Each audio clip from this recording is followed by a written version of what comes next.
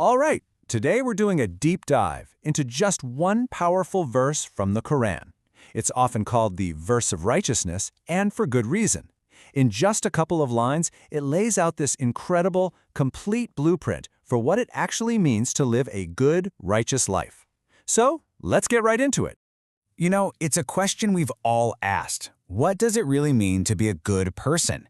Is it about the rules you follow, the rituals you perform, or maybe it's just about having good intentions deep down? Well, this verse tackles that question head on, and the answer it gives is honestly just so comprehensive. So, right out of the gate, the verse challenges this really common, kind of surface-level idea of piety. It basically says, hang on a second, true goodness? It's not just about which direction you happen to be praying in or the external rituals you're doing.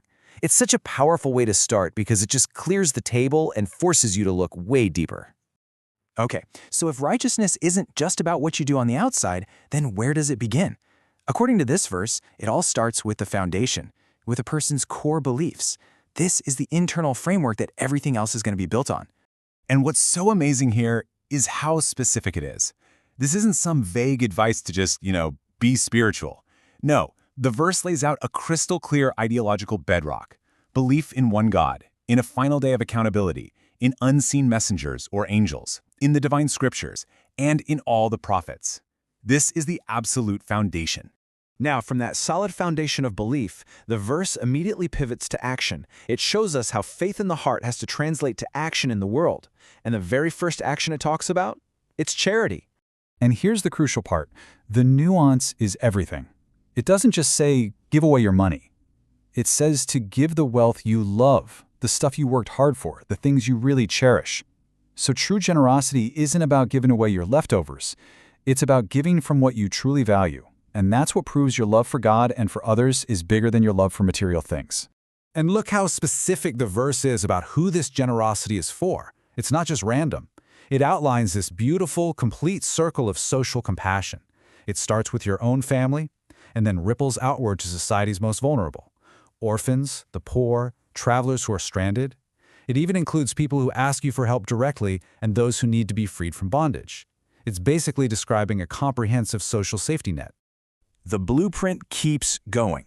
Next, it balances our duties to God with our duties to other people. The next two qualities are this perfect blend of our public devotion and our private, personal character.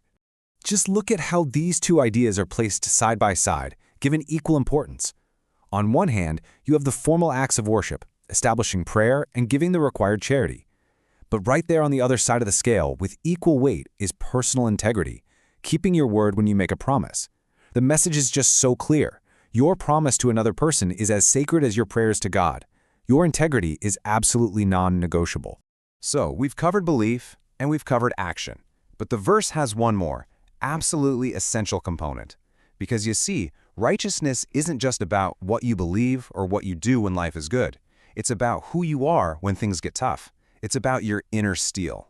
The verse spotlights this quality of as-sabirin, those who are steadfastly patient. And again, the definition here is so incredibly broad. This isn't just about passively waiting for things to get better. No, it's about active resilience. It's having strength when you're facing poverty, fortitude when you're dealing with illness or pain, and courage during times of conflict. It's this deep, persevering strength that holds you firm no matter what storm life throws at you. So now we have the whole picture: unshakable belief, selfless action, and this steadfast character. So what's a verdict? How does the verse describe someone who actually embodies all of this? Well, it gives this two-part conclusion that is just incredibly profound. First, it declares that these people are the sadiqun, the truthful ones. And what does that mean?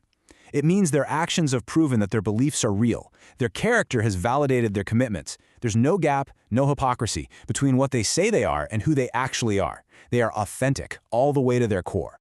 And finally, the verse brings it all home. After laying out this entire map, belief, giving, prayer, promises, patience, it concludes these and only these are the muttaqun, the truly, deeply righteous. It's the ultimate confirmation.